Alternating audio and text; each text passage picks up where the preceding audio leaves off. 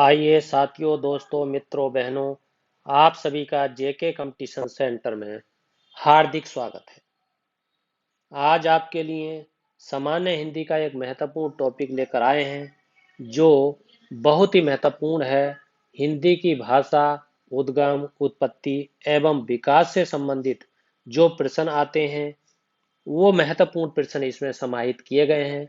यदि आप इस वीडियो को देखते हैं तो हिंदी की भाषा, उत्पत्ति, उद्गम एवं विकास से संबंधित एक भी प्रश्न आपका छूटने वाला नहीं है।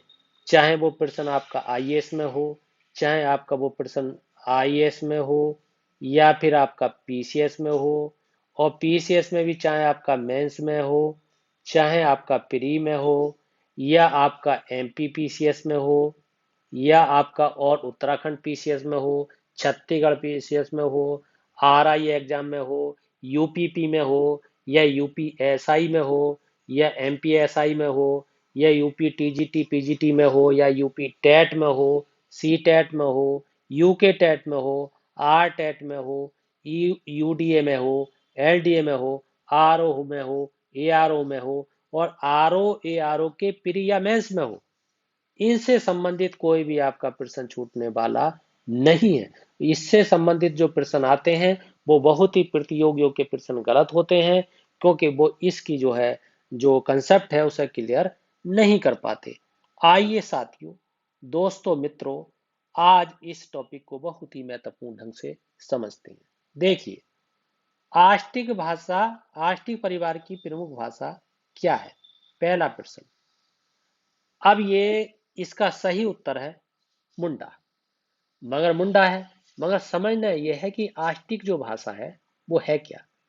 तो आपको बताएं, जो आष्टिक भाषा है उसकी जो उत्पत्ति है वो आष्ट्रो शब्द से हुई है। यानी एशियाई या आष्टिक परिवार की ये प्रमुख भाषा है मुंडा जो भाषा है, जिसे मध्य और पूर्वी भारत में लगभग 90 लाख लोग बोलते हैं। ये आपको ध्यान रखना है। और मुंडा जो झारखंड राज्य की एक प्रमुख जनजाति की नाम की भाषा है, मतलब झारखंड की है, ये आपको ध्यान रखना है। और झारखंड की मुंडा जनजाति की ये भाषा है, ये आपको ध्यान रखना है। आइए अगला प्रश्न देखते हैं। अगला प्रश्न है, दिए गए विकल्पों में द्रविड़ परिवार की भाषा कौन सी है? द्रविड़। द्रविड़ शब्द का मतलब होता है दक्षिण भारत। तो इसका आपका सही उत्तर है कन्नड़। अच्छा, कन्नड़ है, द्रविड़ परिवार की भाषा है। अच्छा, द्रविड़ परिभाष की भाषा और कौन कौन सी है? तो आपको बता देना है, अगर इस तरीके का प्रश्न आए तो आपको तमिल बता देना है। तमिल है, क्योंकि तमिल कहाँ की है? तमिलनाडु की है।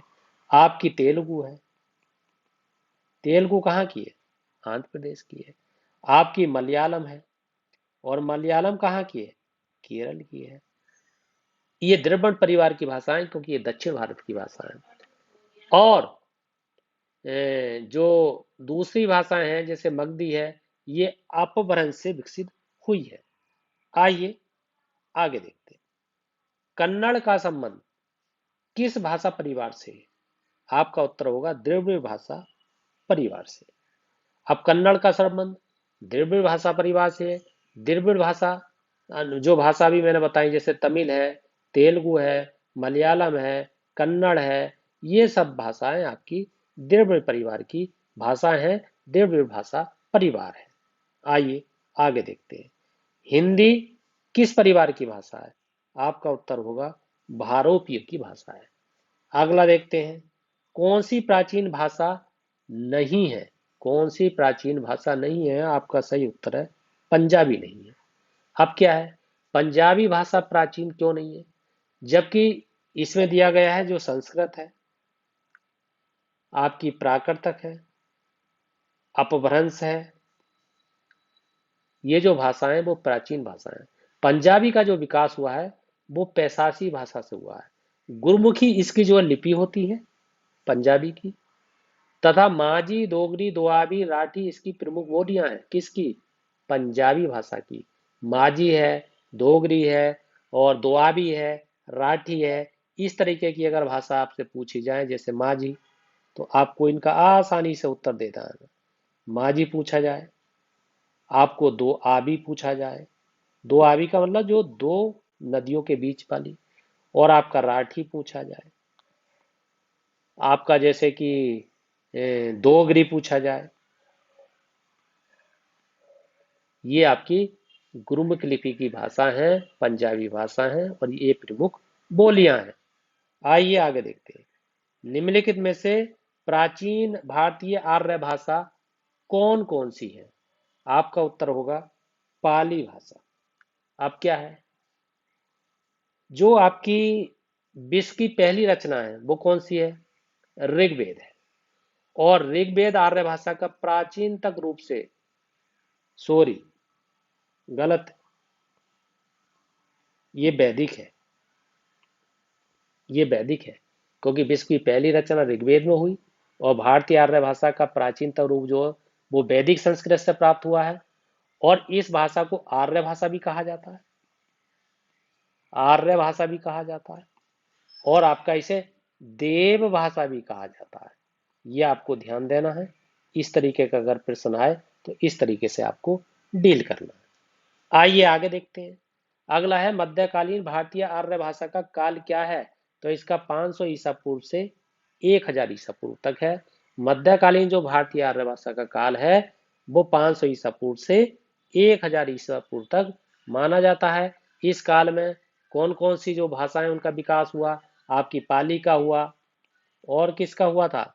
आपका प्राकृत का हुआ, और किसका हुआ? आपका अपभ्रंश का हुआ। ये आपको ध्यान देना है। आइए आगे देखते हैं। अगला है आपका आधुनिक भारतीय आर्य भाषाओं के उदय के रूप में आर्य भाषा का कौन सा रूप विद्यमान था? तो आपका उत्तर है पाली रूप विद्यमान था। ये आपको ध्यान देना। आइए आगे देखते हैं। खड़ी बोली किससे निकली? खड़ी बोली किससे निकली? आपका उत्तर होगा पश्चिमी हिंदी से निकली। अब क्या है, जो सौर्य सैनी अपभ्रंश होता है, मतलब पश्चिमी हिंदी से हिंदी की मूल उत्पत्ति मानी जाती है। पश्चिमी हिंदी के अंतर्गत कौन कौन सी आती है? अगर ये पूछा जाए आपसे तो आपको बता देना है ब्रज भाषा आती है।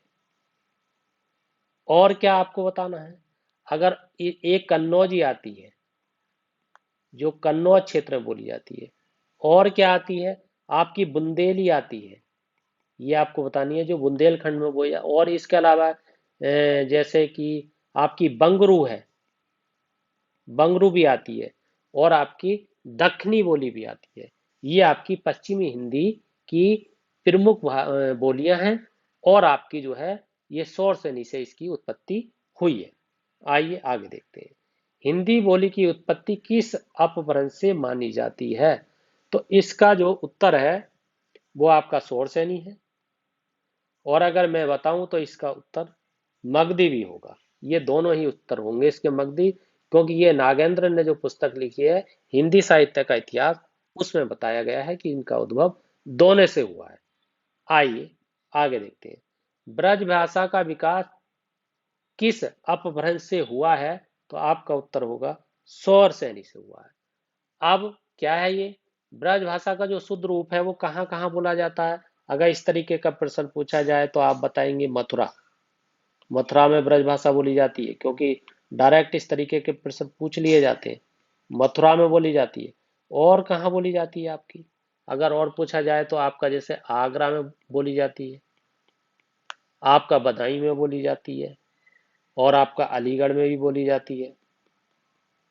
ये बोली जाती है। और बल्कि अगर मिश्रण रूप देखा जाए तो मिश्रित रूप से जो बोली जाती है ब्रजभाषा, वो बरेली में बोली जाती है, बदायूं में बोली जाती है, एटा में बोली जाती है, मैनपुरी में बोली जाती है, और हरियाणा के गुड़गांव में भी बोली जाती है, जिसे गुरुग्राम कहते हैं। राजस्थान के भरतपुर में बोली जाती है, करौली में बोली जाती है, और ग्वालियर में बोली जाती है। और इसके आसपास के जो भी सटे हुए क्षेत्र हैं, सीमाएं हैं, उनमें भी जो है आपकी ब्रजभाषा बोली जाती है। और मुख्य रूप से जो शुद्ध रूप में बोली जाती है वो आपकी मथुरा में बोली जाती है, आगरा में बोली जाती है, अलीगढ़ में बोली जाती है।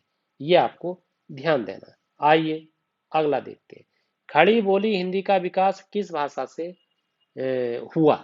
खड़ी बोली हिंदी भाषा का विकास किस भाषा से हुआ? आपका उत्तर होगा अपभ्रंश भाषा से हुआ। अभी बताया है, हिंदी भाषा की जो उत्पत्ति हुई है वो शौर सैनी से हुई है, अर्धमगधी से हुई है, मागधी अपभ्रंश से हुई है। अतः हम कह सकते हैं कि खड़ी बोली या पश्चिमी हिंदी का विकास जो है वो शौर सैनी अपभ्रंश से हुआ है। आइए आगे देखते हैं।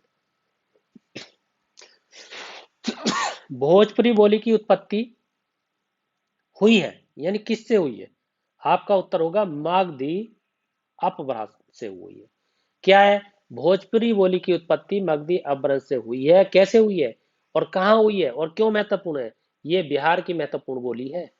राजा भोज द्वारा जो बसाए गए भोजपुर नगर के नाम से भोजपुरी बोली का नामकरण हुआ था, उसका नाम पड़ा था, उसके नाम की उत्पत्ति हुई थी। और ये बोली कहाँ जाती है? अगर इस तरीके से आपसे प्रश्न पूछा जाए तो आपको बता देना है ये मिर्जापुर में बोली जाती है, बनारस में बोली जाती है, चंपारण में बोली जाती है जो बिहार का है, सारण में बोली जाती है, छोटा नागपुर में बोली जाती है, आपकी गाजीपुर में बोली जाती है, और बलिया में भी बोली जाती है, और बलिया के इधर आपकी देवरिया में बोली जाती है। ये आपको ध्यान देना है। साथियों, मित्रों, दोस्तों, बहनों, यदि आपको ये हिंदी की वीडियो पसंद आई है तो इस चैनल को सब्सक्राइब जरूर कीजिए, लाइक जरूर कीजिए, शेयर जरूर कीजिए, कमेंट जरूर कीजिए, फीडबैक जरूर दीजिए। इसी के साथ आपका बहुत बहुत धन्यवाद।